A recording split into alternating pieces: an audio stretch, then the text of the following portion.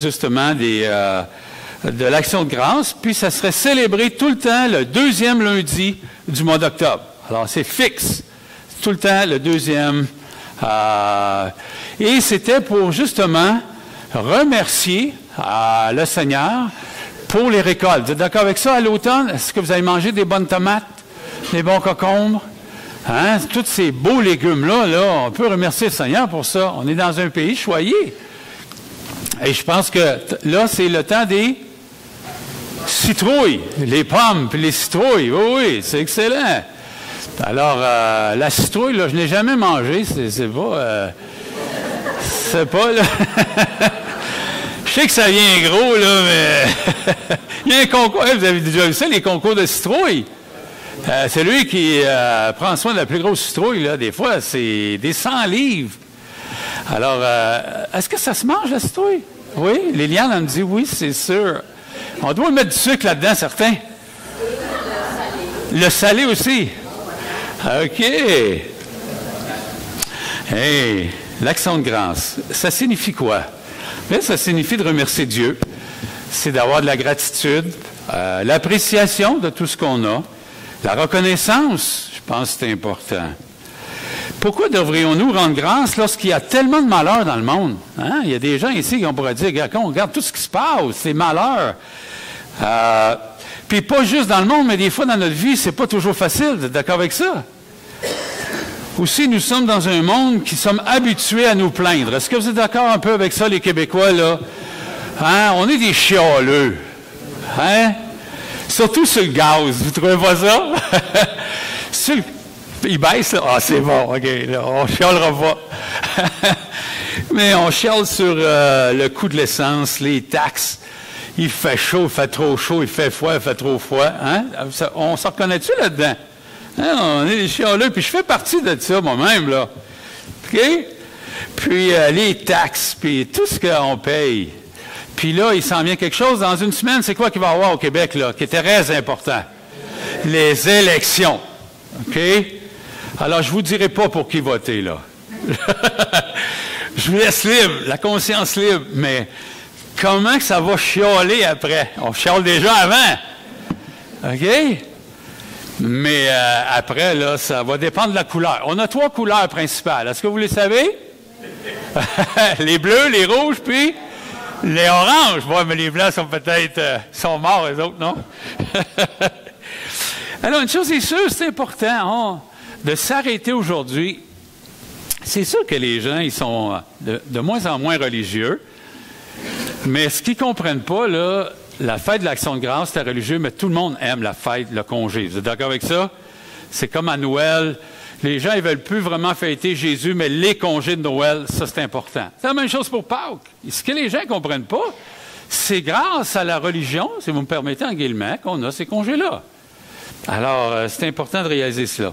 Maintenant, dans Éphésiens, chapitre 5, verset 20, il nous dit « Rendez continuellement grâce à Dieu, le Père, pour toutes choses au nom de notre Seigneur Jésus. » L'action de grâce est une expression de notre gratitude envers Dieu. C'est un acte pour démontrer l'appréciation de ce que Dieu a fait pour nous. Ce que j'aimerais vous encourager, c'est que l'action de grâce ne devrait pas juste être ponctuelle dans notre vie. Ça devrait être un style de vie. Ça devrait faire partie, quand on se lève le matin, remercier le Seigneur. Quand on se couche, quand on mange, partout on devrait remercier le Seigneur. C'est important, ça devrait être un style. Ce matin, ce que j'ai pensé, c'est que de voir 3 bienfaits chez le croyant quand on rend grâce. OK? Quand on rend grâce, là, il y a 3 bienfaits qui arrivent dans notre vie. Premièrement, la paix. Deuxièmement, le contentement. Puis troisièmement, la joie. Quand on met ça en pratique, l'action de grâce, ça a ce produit-là dans nos vies. Si vous voulez tourner dans Philippiens 4.6, ceux qui ont la Bible ce matin, s'il vous plaît. Philippiens 4.6. On va commencer avec la paix. C'est un texte que vous connaissez par cœur, mais on va le lire.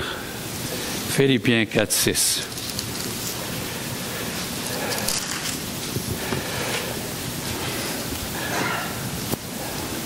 Alors, Ne vous inquiétez de rien, mais en toute chose, faites connaître vos besoins à Dieu par des prières, des supplications, avec des actions de grâce. C'est intéressant. Et la paix de Dieu. OK? C'est intéressant. Le produit que ça va donner, ça va être la paix, qui surpasse toute intelligence et gardera vos cœurs et vos pensées en Jésus-Christ. Vous savez, la paix, c'est un état d'âme. Souvent, ce qu'on va faire, on va chercher la paix à l'extérieur de nous. Mais la paix, c'est un état d'âme.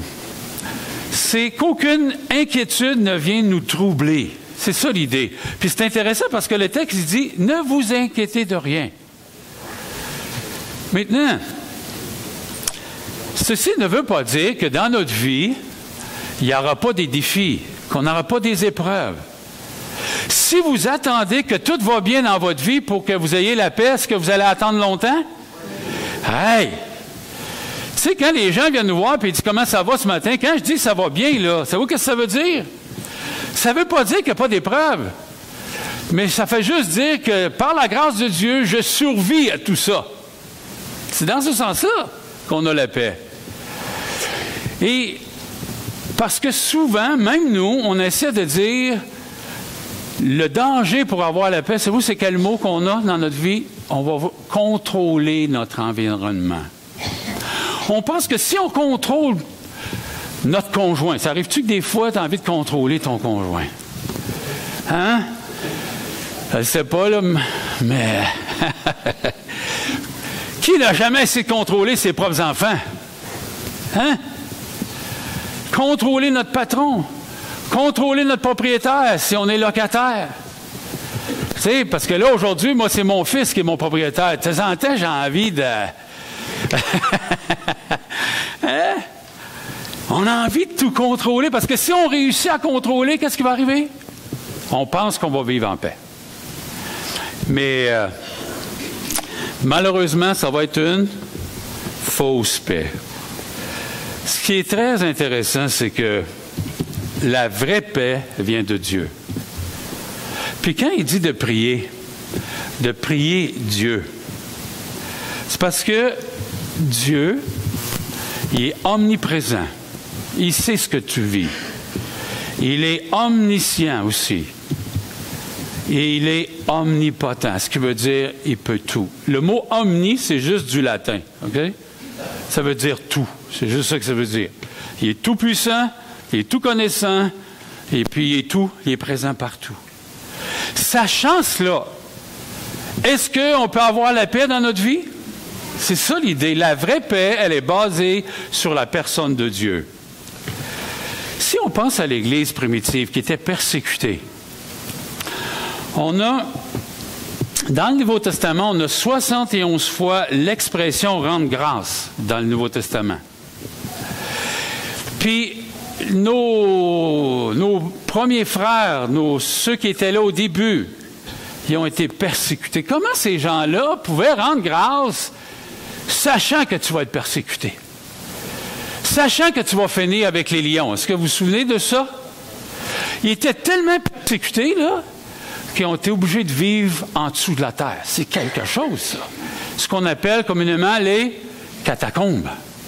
Je ne sais pas si vous avez déjà vu ça en documentaire. Mais ça veut dire que si tu n'es pas capable de vivre sur la terre, ça veut dire que ça ne va pas bien. Mais ces gens-là étaient capables de rendre grâce. Maintenant, si l'âge que je suis rendu, on est très conscient qu'on ne contrôle pas grand-chose. Est-ce que vous êtes d'accord avec ça? La plupart des gens qui ont mon âge, parce que là, je commence à être vieux, OK? Il y en a qui me regardent et ne croient pas que je suis vieux. Mais rendu à un certain âge, tu as vécu l'expérience, tu as fait des plans, tu as écrit, tu as planifié ta retraite, tu as planifié plein de trucs, puis qu'est-ce qui est arrivé? C'est pas arrivé. D'accord avec ça? Hein? C'est pas arrivé! Je suis certain que plusieurs d'entre vous, là, vous n'aviez pas ce que vous pensiez pas que vous étiez pour arriver là, ou ce que vous êtes aujourd'hui. On pensait à d'autres choses. Moi, là, quand j'étais jeune, là, je pensais à la retraite, 55. Qui n'a jamais rêvé à la retraite 55? Malheureusement, j'ai passé tout droit. Je suis rendu à 59. Voyez-vous? Mais c'est l'idée que même au travers de ça, même si ça n'arrive pas à notre planification, on peut avoir la paix. Quand on remercie Dieu pour ce qu'on a, nous, on a une tendance à regarder quoi? Naturellement, qu'est-ce qu'on a tendance à faire? De regarder ce qu'on n'a pas. OK? C'est ça. On a une tendance naturelle à regarder ce qu'on n'a pas. Et puis ça nous met dans une situation qui est très difficile. Parce qu'on est limité. Je suis limité en argent. Je suis limité en dons. Je suis limité par ma propre personne. Hein? Combien de fois quand je visite... Écoutez, ça fait 30 ans que je visite des maisons, là. Ah, il y a des maisons que j'ai visitées, là. On ne parle pas ça des maisons, là. C'est des châteaux. Carrément. J'ai visité des maisons qui avaient tous des meubles blancs. J'ai trouvé ça assez trippant. Il aime ça.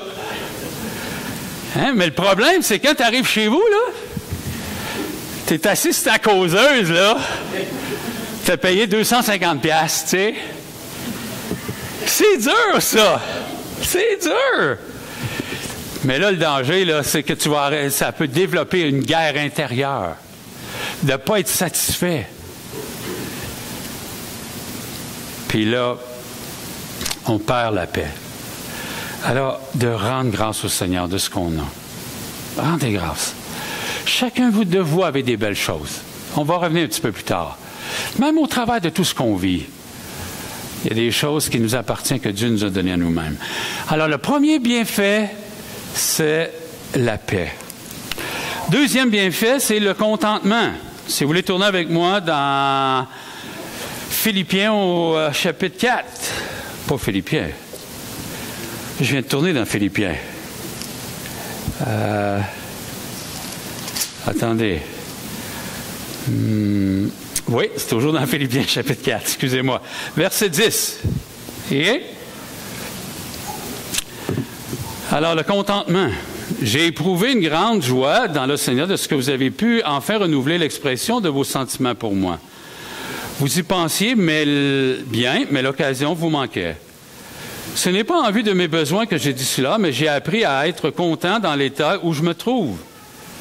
Je sais vivre dans l'humiliation, je sais vivre dans l'abondance. En tout et partout, j'ai appris à être rassasié et à avoir faim, à être dans l'abondance et à être dans la disette. Ce qui est très intéressant, l'action de grâce va nous amener à être contents de ce que nous avons. Si on oublie ça, puis ce qui est intéressant aussi, il dit « j'ai appris ». On ne vient pas au monde content de ce qu'on a. On ne vient pas au monde. Il faut l'apprendre. Je vais vous laisser quelques principes pour comment faire face au contentement, comment appliquer, comment introduire le contentement dans notre vie. Première des choses, refuser de se comparer aux autres. On a une tendance naturelle à se comparer aux autres. OK? Et ça, c'est normal, ça se fait naturellement. Mais quand on investit là-dedans, ça va être très difficile. Ce qu'on appelle la convoitise. Okay? Convoiter ce que les autres ont. Okay? Il faut être très prudent. Réjouissez-vous de ce que vous avez. Ça, là, c'est super. D'être content. Donnez ce que vous avez pour aider les autres. Lorsqu'on aide les autres, c'est un très bon moyen pour voir comment on peut être content. J'ai visité depuis 30 ans, comme je vous dis, toutes sortes de gens. Des gens riches, des gens moyens, des gens pauvres. J'ai vu des gens riches, on aurait pensé qu'ils étaient heureux. Mais qu'est-ce qui arrivait? Ils étaient malheureux. Pourquoi? Parce que c'était spécial. Pourquoi? Parce qu'il avait 1 million. Qu'est-ce qu'il voulait avoir, lui? 2. Ouais! C'est ça! C'est en plein ça! Qui de vous n'a jamais rêvé d'avoir une auto neuve? Ici, là. OK? Qui n'a jamais rêvé à ça? Quand vous l'avez eu, là, comment ça a duré de temps, le contentement? 1 semaine? Hein? On n'est pas content longtemps. C'est ça le contentement, d'être content. Moi, j'avais assez hâte d'avoir ma première petite Golf diesel. Je ne sais pas si Jeannot se souvient, à Sept-Îles, Eliane. J'ai eu ça. Je rêvais à ça. Puis quand je l'ai eu, savez-vous qu'est-ce qui est arrivé? 2 semaines après, c'était déjà fini. On n'est pas content longtemps. On est un cœur qui veut tout le temps de plus en plus, de plus en plus. La première maison que vous avez eue, ça n'a pas été long que vous en vouliez un autre. Ça n'a pas été long que vous vouliez changer les intérieurs. Puis ça finit jamais. Le cœur de l'homme est insatiable. Le cœur de l'homme est insatiable. J'ai vu des gens de toutes les classes sociales. Mais le contentement, c'est un don de Dieu. C'est un don de Dieu. Vous savez, l'argent, ce n'est pas un problème. La Bible nous dit que l'argent, tu peux en avoir une tonne chez vous. J'avais un de mes anciens beaux-frères, et il disait souvent à sa mère, « Tu sais, maman, j'aimerais ça être millionnaire. » Il disait, « Tu sais, là, ça ne sera pas mieux dans ta vie, puis tu ne seras pas plus heureux. » Puis là, il disait à sa mère, « Mais moi, j'aimerais ça essayer ça pareil. » Non? On aimerait essayer ça pareil. Tu sais, être millionnaire, on pourrait essayer ça. Mais ça a son lot de misère. Quand vous avez, il y a des fois des mini-séries qui appellent la misère des riches. Tu sais, ça a son lot de misère. Quand tu sais là, que tout le monde... j'avais des amis chrétiens millionnaires. Puis savez-vous quoi? Et on dit, nous, c'est pas facile de gérer l'argent. Parce que quand les organismes chrétiens, quand les chrétiens savent que tu as de l'argent, tu as beaucoup de demandes. Il faut que tu sois sage à qui tu vas donner. Je vous le dis, c'est pas facile. On pense que c'est facile de gérer l'argent, là. Non, non, c'est pas évident. Gérer la gloire, c'est la même chose. On aimerait tous être reconnus ici. Qui n'aimerait pas être reconnu, là? C'est la rue. Est-ce que vous aimeriez ça être reconnu sur la rue? Ça a des bons côtés. Mais ça en a des mauvais aussi. Je me souviens, j'ai lu un petit article à un moment donné, il y avait un chanteur populaire qui ne voulait pas avoir de garde du corps. OK? Mais à un moment donné, il est devenu tellement populaire qu'il a décidé d'aller faire son épicerie pareil. Savez-vous qu'est-ce qui est arrivé? Les gens, ils ont arraché littéralement son linge sur le dos. Les gens, là, c'est dangereux quand vous êtes reconnus. Puis ce qui est très intéressant, on va remarquer ça, plus qu'ils sont connus, plus qu'ils s'isolent. L'autre là, qui a acheté une île, là, le monsieur La Liberté, là, il est tellement connu là, que... Vous savez ce que je parle, là? Le clown là, qui est millionnaire. Hein? Je suis content pour lui. Puis je pense qu'il y a des gens qui ont bien ri de lui, là, mais quand même, il s'en est bien sorti. Hein? Il a fait un petit voyage dans la maison là, qui est dans le ciel. Là. Comment ça s'appelle, là? J'étais pour dire la tour de Babel, non, c'est pas ça. C'est comment ça s'appelle? La station spatiale, merci. Hein? Il a fait déjà un petit voyage. Vous pouvez y aller si vous voulez. C'est un petit 20 millions. Ça a coûté. T'sais?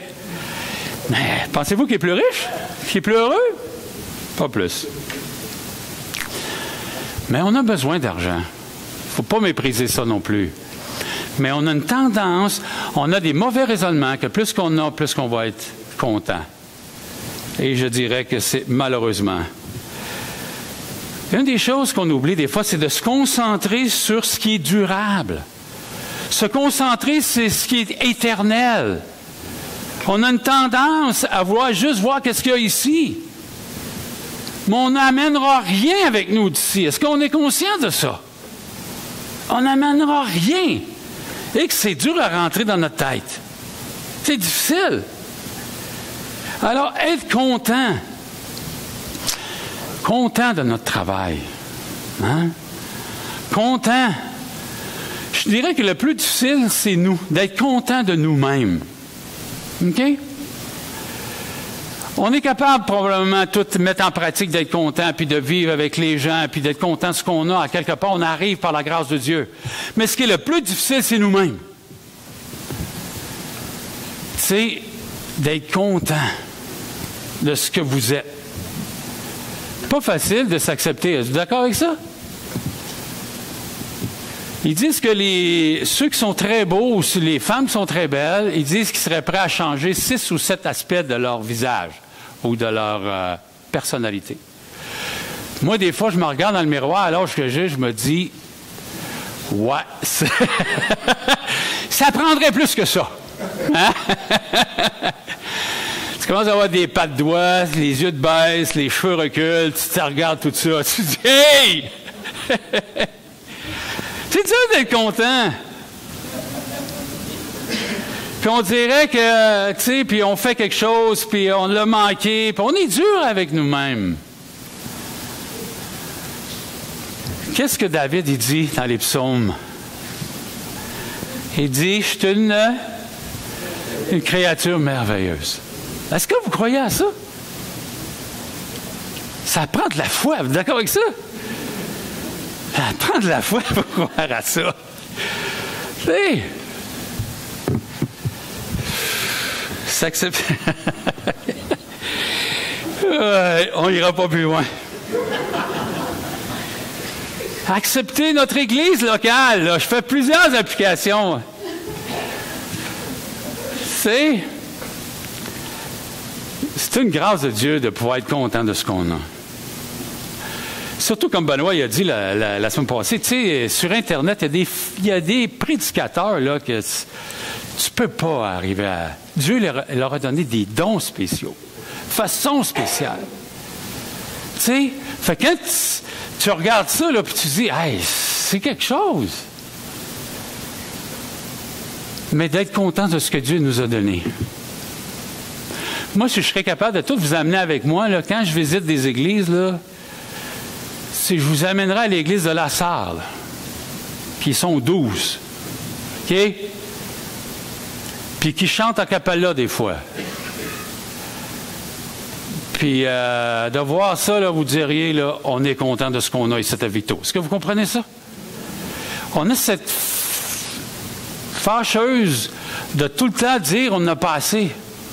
Que quand on regarde ce que les autres ont, mais on est gâtés ici, je vous le dis, on est très gâtés. Et il faut vraiment être content de ce qu'on a. Le contentement, c'est pas facile. Les enfants, comment des fois les enfants?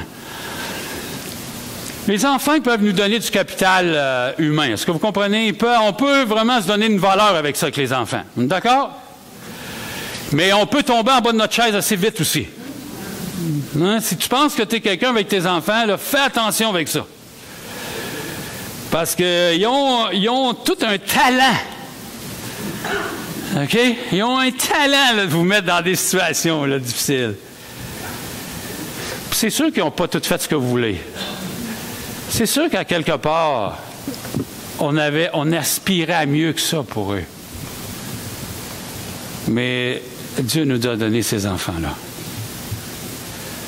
Et Dieu nous demande de les aimer, de les comprendre, les encourager. C'est pas toujours facile. On ne pensait pas que les enfants, ça serait si difficile. Est-ce que vous êtes d'accord avec ça? Moi, en tout cas, là, pour moi, j'étais naïf, très naïf. J'en voulais 6. J'en voulais 6. Je remercie que ma femme était très intelligente. Elle a dit, on va arrêter ça à 4. Tu sais? Puis, écoutez, ça ne change pas le monde. Mais ça vous vire une vie, ça. Mais d'un autre côté, je peux dire aujourd'hui que sans ces enfants-là, je ne serais pas l'homme que je suis. D'accord avec ça? Ça t'étire, là. Tu penses que tu es toujours rendu au bout du bout. Est-ce que vous avez compris l'expression? Vous pensez que vous êtes au bout. Mais j'ai une mauvaise nouvelle pour vous. Vous ne l'êtes pas. C'est ça! Que Dieu puisse nous aider puis qu'on puisse comprendre d'être content. Nous, on a 2 garçons, 2 filles. C'est très différent. Chacun des enfants est différent. Il y en a 2 qui ressemblent à leur mère, 2 qui ressemblent à leur père. Puis on vit avec ça. OK? Il faut être content. Puis je dis ça, quand je dis d'être content, je ne suis pas en train de dire qu'on doit faire de l'apitoiement. Est-ce que vous comprenez ça? Parce que je rencontre beaucoup de gens qui disent, avez-vous déjà entendu cette expression-là? J'ai pas le choix. Hein? J'ai pas le choix. Faut que j'accepte. C'est pas ça que la Bible dit. La Bible ne dit pas de faire de l'apitoiement. La Bible a dit, reconnais ce que tu es en train de vivre. C'est important. Fais pas du déni. Hey, je rencontre des gens des fois, puis je dis, ça doit être dur. Non, c'est pas dur. Dieu m'aide. Dieu est là. Ça paraît spirituel, mais je pense qu'il fait du déni, bien raide. Parce que moi, je me dis, si je serais dans tes bottines, là, je voudrais mourir. Alors, c'est pas ça que la Bible dit. Être content, c'est pas de l'apitoiement. Être content, c'est de reconnaître qu'est-ce qu'on a, puis de remercier Dieu. Puis vous savez, vous êtes assez... l'expérience de vie vous a montré que lorsqu'on est dans l'épreuve, c'est sûr qu'on ne voit pas la lumière au bout du tunnel. Mais si Dieu nous donne la grâce, après quelques années, on regarde et on dit, je suis capable de dire merci Seigneur pour ce que j'ai vécu. Exemple. Avec mes enfants, 3 de mes enfants, là, ils sont plus intelligents que leur père. Il y en a 3, là. OK? Les 3 premiers, ils allaient à l'école, puis ils performaient. J'avais de la misère à comprendre comment ça des parents avaient des enfants, puis ça allait pas bien à l'école. OK? J'avais de la misère à comprendre ça. Mais Dieu m'en a donné un 4e. Ma femme a dit, Noël, tu as passé ta première année avec lui. Vous voyez ce que ça veut dire? Hey, j'ai eu de la compassion après ça. Vous voyez? Mais si vous me demandiez comment je vivais ça, je n'étais pas content. Parce que les 3, là, les 3 premiers, rendus à la 3e année, faisaient tout le devoir tout seul. Ils s'occupaient, puis ils roulaient, puis la plus vieille, je disais, occupe-toi des devoirs, elle le faisait. Mais je n'aurais pas compris les enfants avec la difficulté à l'école si je n'aurais pas eu lui. C'est vrai. Mais quand je le vivais, par exemple, tu aurais dû me voir. Ah, j'avais fait des petits cartons. Hein? On veut l'encourager. J'ai passé des heures. Puis, je ne sais pas si vous avez eu un enfant comme ça, là, mais il le sait. Puis, tu lui demandes 2 minutes après, il ne sait plus. Et c'est pas facile, là. Mais combien j'ai pu consoler de parents à cause de cet enfant-là? Combien de parents m'ont dit, je suis découragé. Aujourd'hui, je peux vous dire que je suis content. Pas toujours, ça prend la grâce de Dieu. Il y a des moments que ce n'est pas toujours facile dans notre vie. Mais si on reconnaît que Dieu est dans notre vie, on va pouvoir reconnaître ça, puis d'aider les gens. Alors, un autre bienfait, c'est le contentement. Et le dernier bienfait que j'aimerais vous partager, c'est la joie. Tournez avec moi dans Colossiens au chapitre 1, s'il vous plaît. C'est juste à côté. Colossiens 1. On parle de joie. OK? Dans notre société, on parle de joie, on parle de bonheur. Tout le monde voudrait avoir le bonheur. La joie. Et je dirais que ça existe dans la Bible. Puis les gens qui connaissent le Seigneur, les gens qui sont nés de nouveau, qui ont la vie éternelle, devraient être les gens les plus heureux. C'est clair. Si vous allez dans 1 Colossiens au chapitre 1, les versets 11, 12 et 13. « Fortifiez-vous à tous égards par sa puissance glorieuse, en sorte que vous soyez toujours avec joie, persévérant et patient. Rendez grâce au Père, qui vous a rendu capable d'avoir part à l'héritage des saints dans la lumière, qui nous a délivrés de la puissance des ténèbres, qui nous a transportés dans le royaume de Dieu, du Fils de son amour, en qui nous avons la rédemption, la rémission. » Écoutez, on ne peut pas être plus heureux que ça. La joie aussi, dans le monde, puis dans le Nouveau Testament, elle est très différente. Je ne sais pas si vous vous souvenez d'une annonce que si on voulait avoir de la joie, qu'est-ce qu'on devait boire? Est-ce que ça vous souvenez-vous de ça? Si de la joie, c'était de boire du Coke, OK? Fait que si vous étiez triste, achetez-vous un Coke, puis vous étiez heureux. Ça coûte pas cher.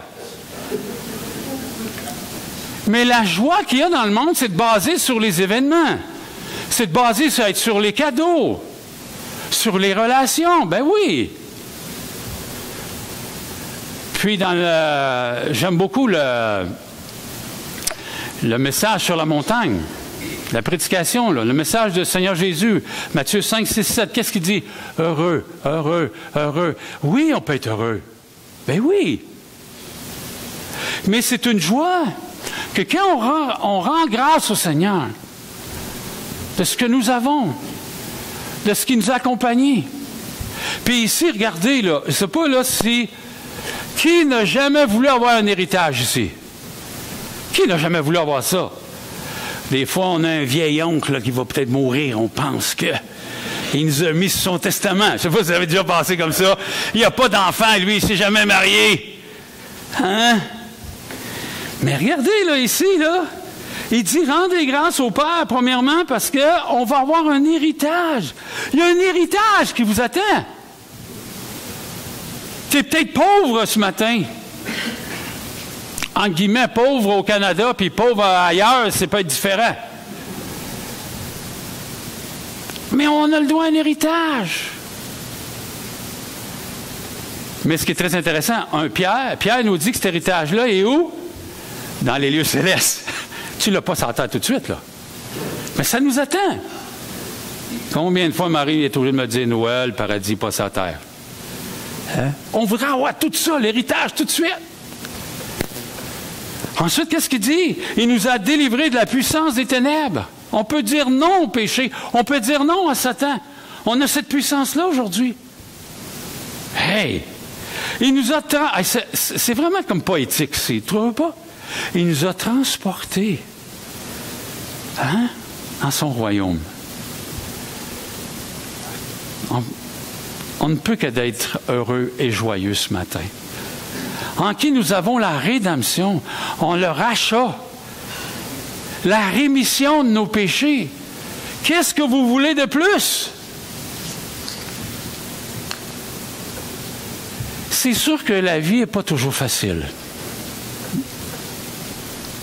La vie nous frappe par la maladie. Elle nous frappe dans notre santé. La vie nous frappe avec la mort, des fois. Pas facile, la mort. Une des choses que je remarque, que la mort, c'est permanent. C'est permanent. Le gars, il est mort, c'est fini. C'est pour ça que c'est le plus grand péché que la Bible nous dit. Tuer quelqu'un, c'est permanent. Je ne suis pas en train de dire que les autres drames dans la vie, c'est pas important, mais tuer quelqu'un, c'est permanent, il ne revient pas. Et je pense que tout ça ce matin, cette joie-là doit être basée, ne peut qu'être basée que sur Dieu même, sur ses promesses. Ça reste ça. La Bible nous dit dans Proverbe que l'argent, ça a des ailes. On pense qu'on l'a, mais demain, il peut partir. Vous savez, ça a déjà arrivé dans les années 1920, il y a eu un crash économique. Tu sais, ton argent en banque, là, puis tout nourrir, puis toutes nos affaires, là, c'est rien qui prouve qu'on va l'avoir. Je ne veux pas vous le décourager un matin, là. Arrivez pas chez vous en train de pleurer, là, c'est pas ça que je suis en train de dire. Mais il n'y a rien qui nous garantit ça. Est-ce que on saisit ça? Puis combien qu'on a vu des gens qui disaient « Oh, j'ai hâte d'arriver à la retraite. » Il avait une super retraite, le gars, la première journée. Qu'est-ce qui est arrivé? Il est mort. Hey, c'est quelque chose, là. On contrôle rien. Il faut vous arriver là. On ne contrôle rien. Maintenant, ça ne veut pas dire qu'on n'a pas des êtres responsables. On ne veut pas aller à l'autre bout non plus. Mais on ne contrôle rien. Alors, un monsieur a écrit ceci. La joie comme fruit de l'esprit. Si vous remarquez dans Galates, chapitre 5, lorsqu'il décrit le fruit de l'esprit, de la joie. Un chrétien qui n'a jamais de joie, il doit se poser des questions. La joie fait partie du fruit de l'esprit. C'est une qualité de la gaieté, du plaisir, du contentement. Et cela ne dépend pas de ce que nous avons. C'est basé sur le fondement d'une personne qui s'appelle Dieu. Ça, c'est la vraie joie. C'est la vraie joie. Et ça, on doit se souvenir de ce matin. Avant de s'introduire dans le repas du Seigneur, j'aimerais qu'on puisse prendre un temps de prière, qu'on puisse vraiment être reconnaissant ce matin. Ce que je veux, reconnaissons les bonnes choses dans nos vies qu'on a aujourd'hui. Pourquoi ne pas prendre l'habitude de rendre grâce à tous les jours de ce que nous avons et que nous n'avons pas? Je sais qu'il y en a parmi nous, on a tous notre histoire. Des fois, les gens, ils voient Noël Morissette, ils voient toujours un joyeux Noël. C'est juste ça qu'ils voient. Mais j'ai autant de souffrance que vous dans votre propre vie. Ma vie, elle est bouleversée constamment. Surtout quand vous êtes un évangéliste, c'est pire, on dirait. Il y a quelqu'un qui veut vous empêcher. Votre vie est virée à l'envers constamment. Écoutez, la souffrance, on a tous nos histoires ici. J'ai perdu ma mère à 11 ans. Il n'y a rien de drôle là-dedans. J'ai enterré mes propres enfants à l'âge de 19 ans. Tu sais, on a tous nos histoires. On a tous nos difficultés. Mais ce que je peux vous dire ce matin, je suis un homme heureux. Je suis un homme comblé, non pas parce que ce que j'ai, pas parce que ce qui est alentour de moi, mais par une personne. Et ça, c'est réconfortant. Alors, je vous invite à prier. Louez le Seigneur fort, OK? On va se lever. Je vais vous inviter à vous lever. On ne peut pas se mettre à genoux, mais on peut se lever et donner une marque de respect au Seigneur. Alors, parlez fort, cours, et louez le Seigneur, remerciez le Seigneur. L'action de grâce, s'il vous plaît.